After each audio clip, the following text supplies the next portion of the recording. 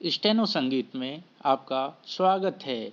आपकी डिक्टेशन शुरू होगी 3 सेकंड बाद।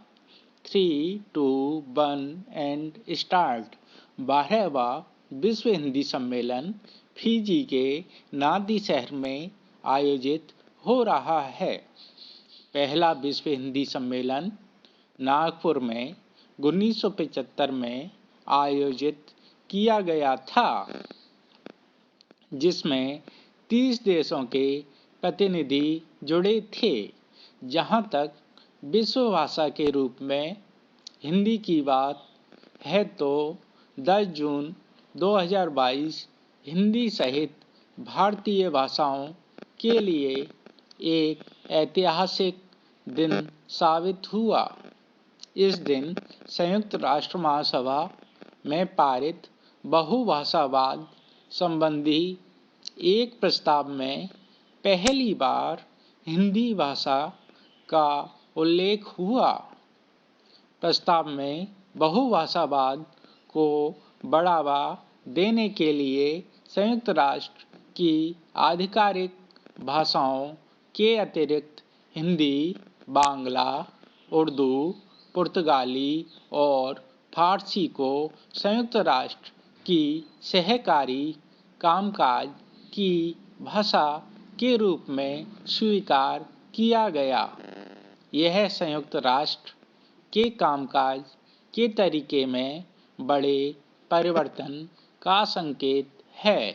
संयुक्त राष्ट्र महासभा की 6 आधिकारिक भाषाएं हैं। इनमें अरबी, चीनी, अंग्रेजी, फ्रेंच, रूसी और स्पेनिश शामिल है। किंतु संयुक्त राष्ट्र सचिवालय के कामकाज की 2 ही भाषाएं हैं, अंग्रेजी और फ्रेंच। बहुभाषावाद को संयुक्त राष्ट्र के बुनियादी मूल्यों में गिना जाता है। इस संदर्भ में 1 फरवरी 1946 को संयुक्त राष्ट्र महासभा के पहले सत्र में अपनाए गए सुरक्षा परिषद के प्रस्ताव 13(1) का उल्लेख आवश्यक है।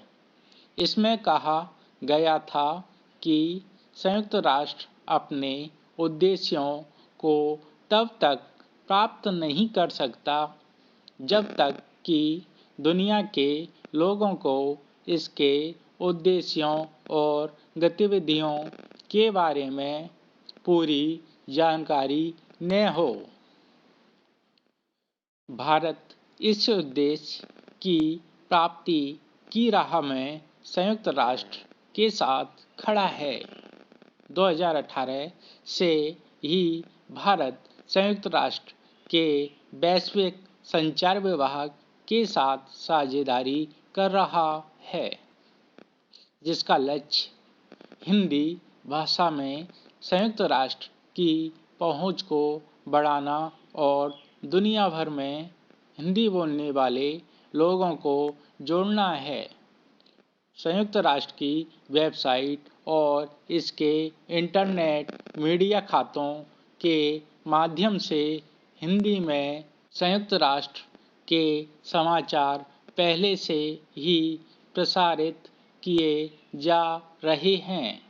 यह भी एक तथ्य है कि हिंदी, बांग्ला और उर्दू बोलने वालों की कुल संख्या मंदारिनी बोलने वालों से अधिक है। इन भारतीय भाषाओं को स्वीकार करने से संयुक्त राष्ट्र की पहुंच 1 अरब आबादी तक सीधे बन गई है। लेकिन ध्यान रहे कि केवल संयुक्त राष्ट्र की आधिकारिक भाषा होने से भारतीय भाषाओं का प्रश्न हल नहीं होता है। हाल में संयुक्त अरब अमीरात की राजधानी अबू धाबी ने ऐतिहासिक फैसला लेते हुए अरबी और अंग्रेजी के बाद हिंदी को अपनी अदालतों में तीसरी आधिकारिक भाषा के रूप में शामिल किया है। यह विश्व में हिंदी को मिल रहे सम्मान की एक और मिसाल है। हिंदी दुनिया में तीसरी सबसे अधिक बोली जाने वाली भाषा है। फिजी में भी हिंदी को आधिकारिक भाषा का सम्मान दिया गया है। नेपाल, मॉरिशस, ट्रिनिदाद एवं टोबैगो और सूरीनाम जैसे देशों में भी हिंदी प्रमुखता से बोली जाती है।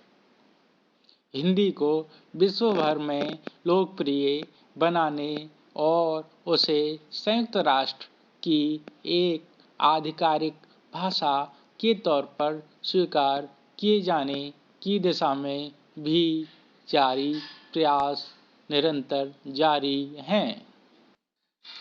इस संबंध में पूर्व विदेश मंत्री सुषमा स्वराज का एक वक्तव्य महत्वपूर्ण है।